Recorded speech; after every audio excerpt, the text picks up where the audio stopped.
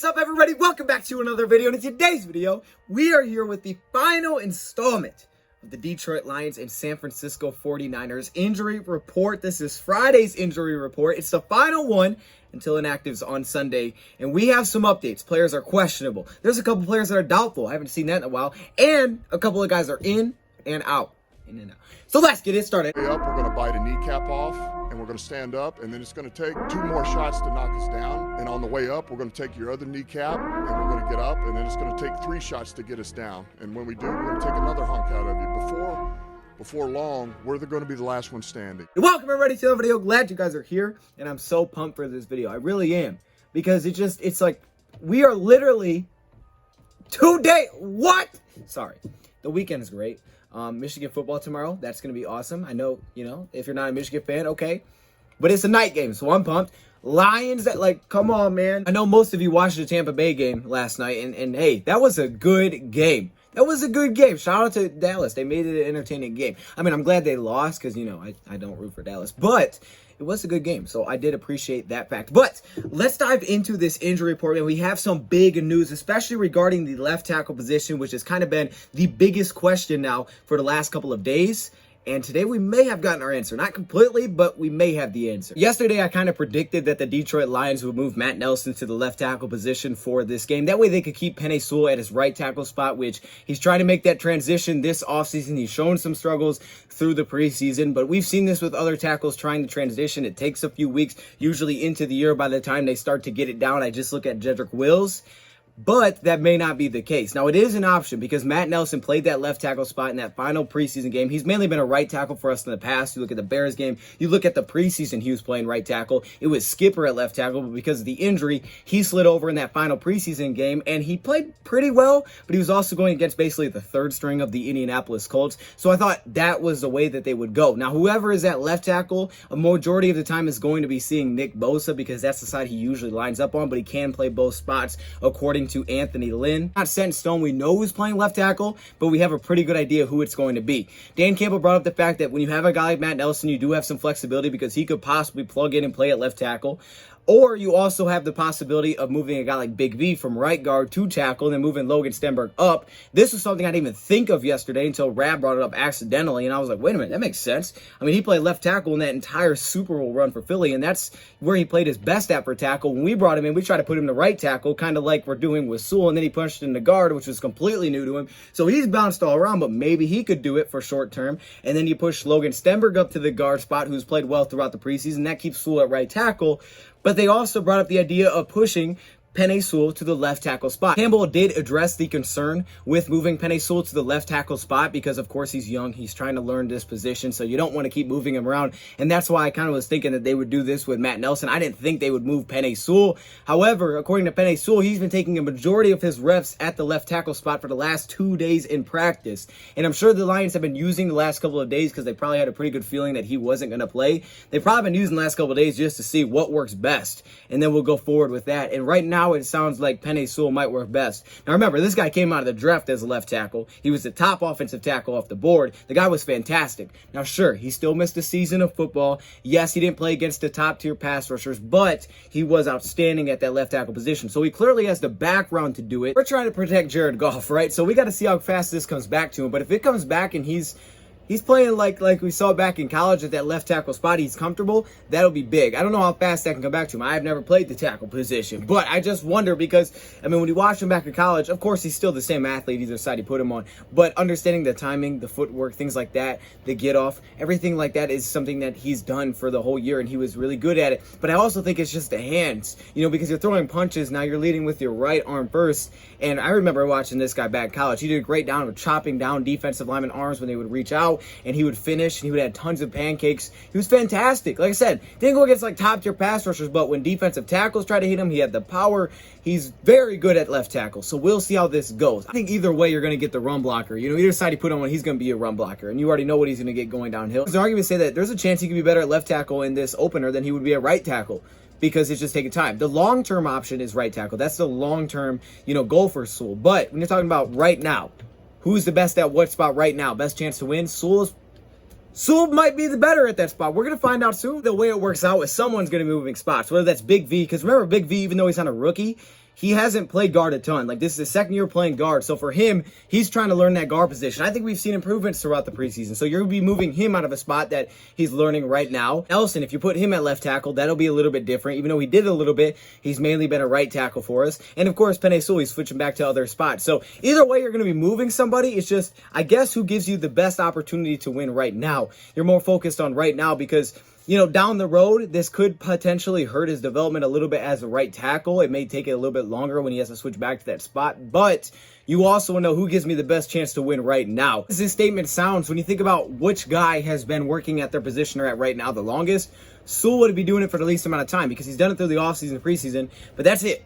Right? I mean, Big V played right guard last year, and he's done it all offseason, and he's done it all through preseason. So I think there's more there at guard because that's what he was trying to pick up on last year, moving from tackle to guard. And then you look at a guy like Matt Nelson, he's mainly been right. So we feel the most comfortable with plugging in and playing right now because, I mean, you got to win games. It's as simple as that. If you have a tough beginning stretch of the schedule, so if you're like, yeah, we don't feel as confident about Matt Nelson, but it could help Sewell and he could, you know, progress a little bit faster, you might have to put Sewell left tackle if you feel like the plug-in and plays better and having Matt Nelson go to right tackle because you got to win games. You got a tough start. If you go out there and you're 0-3, you're in an awful spot to start the season. You can't do that. It's going to be tough on the young guy to go back and forth. We'll see how he handles it. It's definitely going to be a tough ask. It's already tough to ask him to go to left tackle to right tackle. That's going to take some time. Now ask him to go back, but the Lions may feel like it is their best option. Plus, Penei Sewell was the 7th pick in the draft. I mean, he's the top offensive lineman. So doing things like this, it's kind of like, yeah, you know, it's tough, but you were also our top pick. So we're going to trust our top pick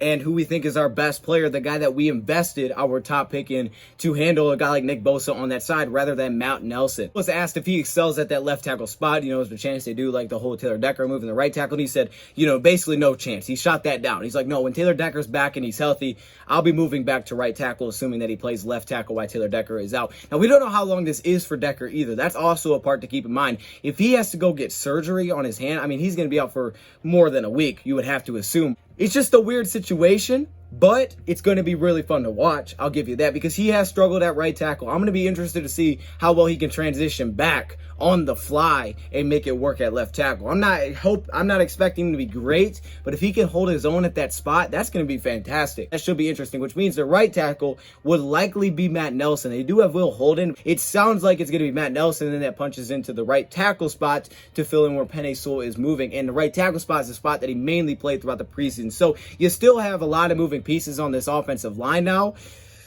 We'll see how it plays out. Nothing is confirmed. We'll have to wait and see what the Lions decide to do. But continuing with our injury report, really nothing has changed here. All guys continued with limited participation that we heard throughout the week with limited participation. Brockers, Nick Williams, Levi, all those defensive linemen are listed as questionable, but they have practiced every day. Again, I don't know how limited they've been. I don't know if that's been better limited or worse limited. Like, I don't know that. But I do know they practice every day of the week, which is usually a good sign towards playing. If they had a no participation day, that'd be a little more concerning.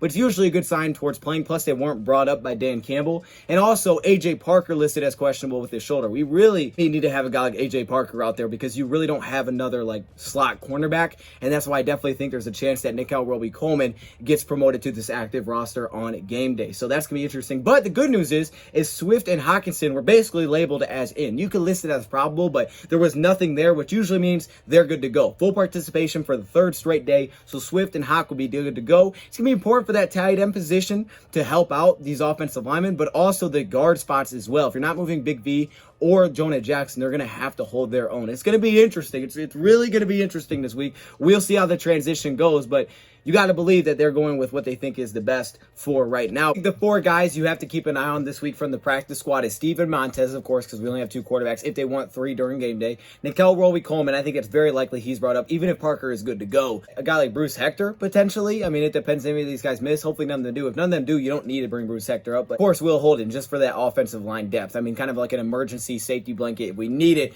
we can put him out there. 49ers side of things, nothing really new to their side of the injury report. Emmanuel Mosley, the cornerback, is listed as doubtful for this game. He's still dealing with a knee. He did not participate in practice today, so he's basically out. They're leaving out the chance that possibly he could play in this game, but it doesn't sound like he's going to play in this game because he's been doubtful, because he is listed as doubtful. I haven't seen a lot of doubtfuls in a while. It's kind of nice to see it. Like, I don't like seeing guys injured, but doubtful, it's kind of a cool one. I haven't seen that. Now I need to see probable come back. But listed as doubtful, we probably won't see him, which means the cornerback position for them is likely going to be held down by either Josh Norman, who was brought in on Monday. The defensive coordinator did say that he's been coming along pretty quickly, and he's in a good place right now. This is a vet that's smart. He understands the defense. It's a little bit different, but he's coming along quickly, so it could be the veteran Josh Norman. You know he's a playmaker in the back end, and if you make some mistakes, he can take advantage.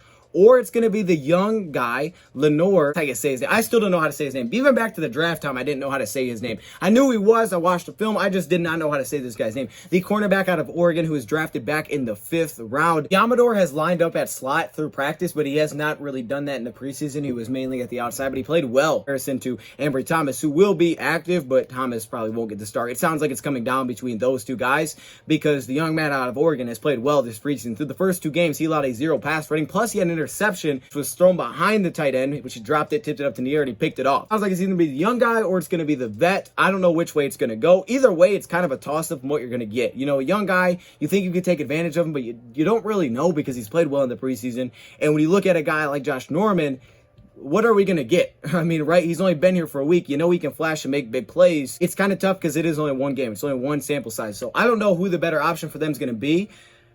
I don't know. I mean, there's a reason clearly they signed the vet and they feel like he's in a good place right now. They may go with Josh Norman in this game. Continuing down, Jalen Hurd with the knee injury has been labeled as out of this game. We know that he is an IR candidate. He's already been labeled as out, so they're missing 1 receiver. They still have their top 2 guys. August 29th, that's a long time. Javon Kinlaw, the defensive lineman with limited participation, listed as doubtful, which is obviously not good, but they talked about possibly putting him on IR. He wants to leave him listed as doubtful to see if he can play. They're going to check back on Saturday and see where he's at. Doesn't sound like it's great right now that he's listed as doubtful, but there was limited participation now for 2 straight days for the defensive lineman. It'd be a pretty big loss to the interior, especially with the pass rush there.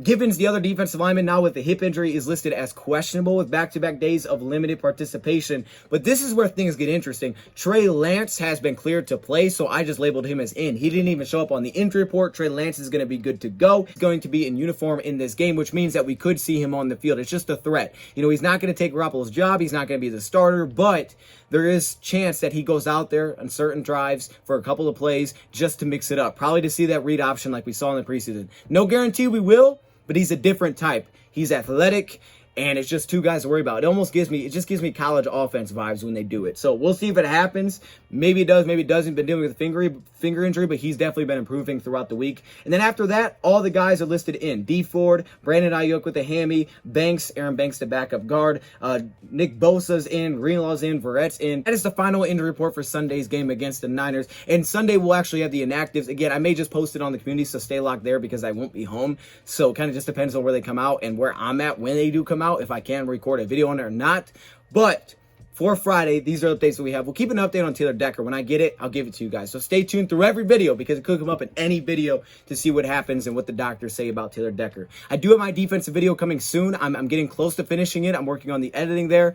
I've just been taking a lot of time because this is a very complex offense and it's kind of confusing to learn, but at the same time, I want to keep it short. That way I'm not talking about every single play I saw. You know what I mean? Let me know your thoughts, guys, below. Thank you for watching.